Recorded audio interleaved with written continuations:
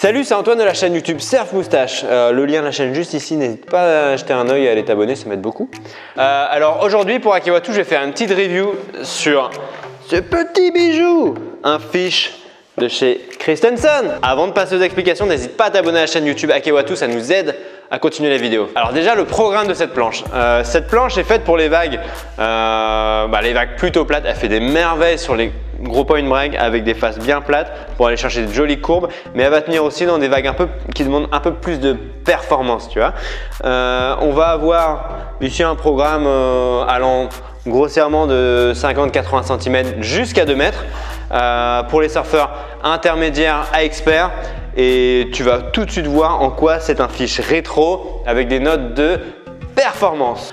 Alors au niveau de la outline, tu vois, je t'ai dit, on est clairement sur quelque chose de rétro. On va avoir un mètre beau, c'est-à-dire le point le plus large de la planche bien avancé sur la board. On va avoir un nose bien large, mais tout de même un peu pointu pour t'apporter cette note de performance. Et après, on va poursuivre sur une outline vraiment bien droite pour conserver cette largeur même au niveau du tail.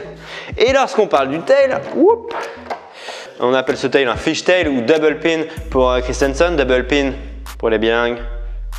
Double pointe. Ouais, bien joué. Donc du coup, ça va t'apporter en fait cette accroche dans les vagues pour vraiment aller chercher un surf sur le rail.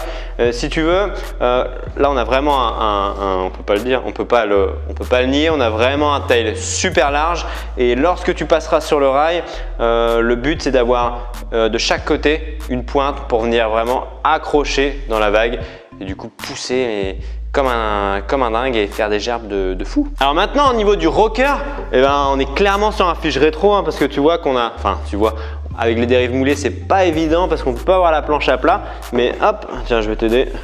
Tu vois ici, on a vraiment une planche plate, légèrement relevée à l'avant, mais vraiment une planche plate.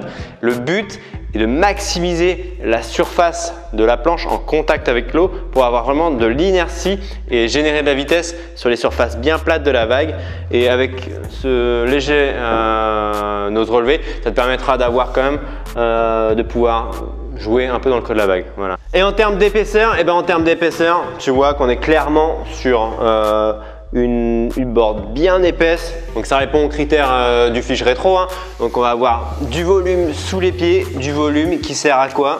Qui sert à te faire tout simplement aller vite. Donc à répondre à plus tu as de volume sous les pieds, plus tu as de mousse et plus tu auras de portance, parce que la planche va vraiment flotter.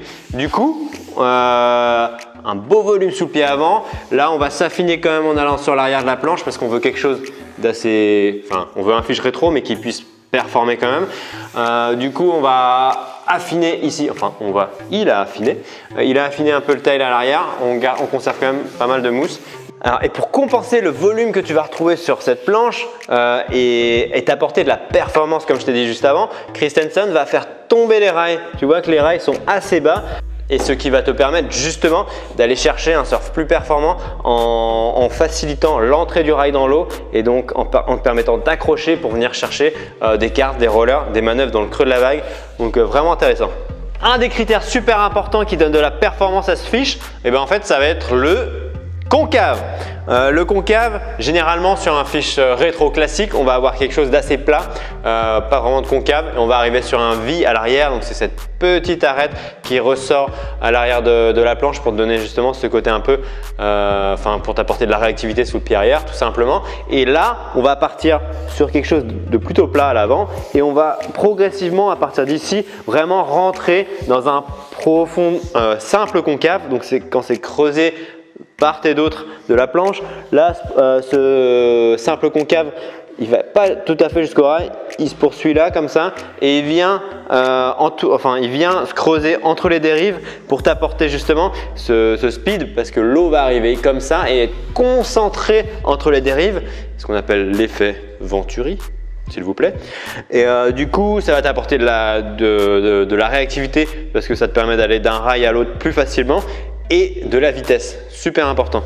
Et lorsqu'on se penche sur les dérives, on est vraiment sur du rétro, oui du rétro, du twin kill, des dérives bien larges à la base qui vont te permettre de générer de la vitesse plus facilement, dérives assez courtes, allongées, pas très hautes, donc qui vont te permettre d'accrocher vraiment dans tes carves. Ça répond clairement au cahier des charges d'un fiche rétro, c'est-à-dire speed et carve, mais avec ça le bonus de cette planche c'est vraiment le côté performance. D'ailleurs, si parmi vous il y en a qui l'ont déjà surfé, n'hésitez pas à nous laisser un commentaire sur votre retour d'expérience sur la board. En tout cas, c'est une vraie pépite et c'est une planche qui vaut le détour.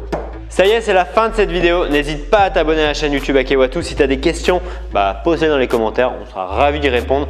Like, va checker aussi ma chaîne Surf Moustache et rendez-vous dans la prochaine vidéo. Bon surf! You!